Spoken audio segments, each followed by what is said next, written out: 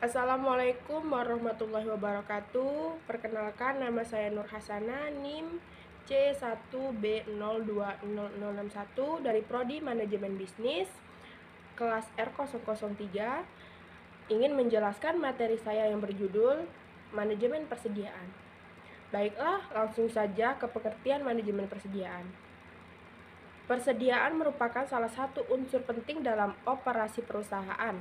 Selain itu, persediaan dapat mempermudah dan memperlancar jalannya kegiatan normal pada suatu perusahaan yang dilakukan secara rutin untuk memproduksi barang yang selanjutnya ditimbulkan pada konsumen.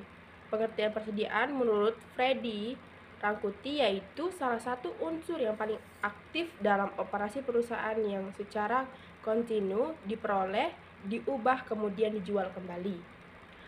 Yang kedua, jenis-jenis persediaan. Secara garis besar, dalam perusahaan yang bergerak di dalam industri pabrik atau manufaktur, persediaan diklasifikasikan berdasarkan tahapan dan memproses produksi.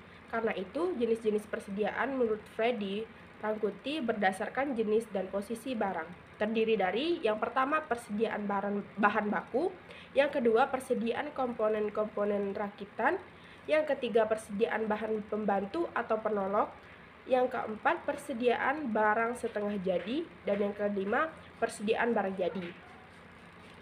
Adapun uraian dari jenis-jenis persediaan sebagai berikut. Yang pertama persediaan bahan baku yaitu persediaan barang-barang berwujud seperti besi, kayu, serta komponen-komponen lainnya. Persediaan komponen-komponen rakitan yaitu seperti yang diperoleh dari perusahaan lain, di mana secara langsung dapat dirakit menjadi suatu produk. Dan yang ketiga, persediaan bahan pembantu atau penolok, yaitu barang-barang yang diperlukan dalam proses produksi, tetapi tidak merupakan bagian atau komponen barang jadi.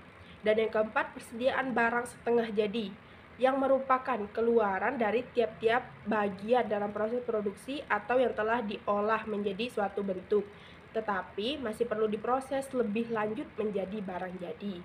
Yang kelima, persediaan barang jadi, yang telah selesai diproses atau diolah dalam pabrik dan siap untuk dijual atau dikirim pada pelanggan. Yang ketiga, tingkat perputaran persediaan. Ada beberapa, yaitu bahan baku, barang dalam proses, barang jadi. Secara umum, besar kecilnya inventory tergantung pada beberapa faktor, yaitu yang pertama, lead time, yaitu lamanya masa tunggu material yang dipesan datang. Yang kedua, frekuensi pengguna bahan selama satu periode. Frekuensi pembelian yang tinggi menyebabkan jumlah inventory menjadi lebih kecil untuk satu periode pembelian. Yang ketiga, jumlah dana yang tersedia. 4. Daya tahan material.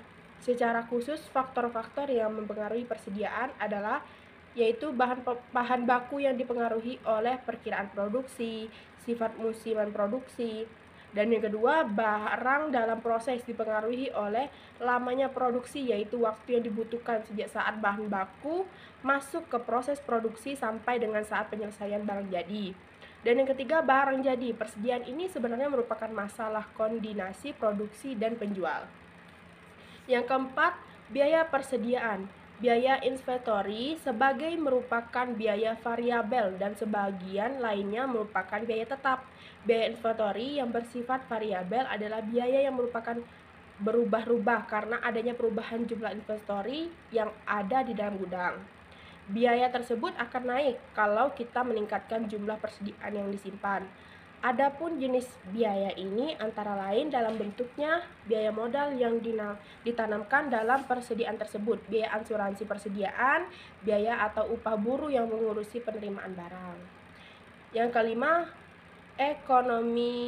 economical order quality, yaitu adalah jumlah kualitas barang yang dapat diperoleh dengan biaya yang minimal atau sering dikatakan sebagai jumlah pembelian yang optimal.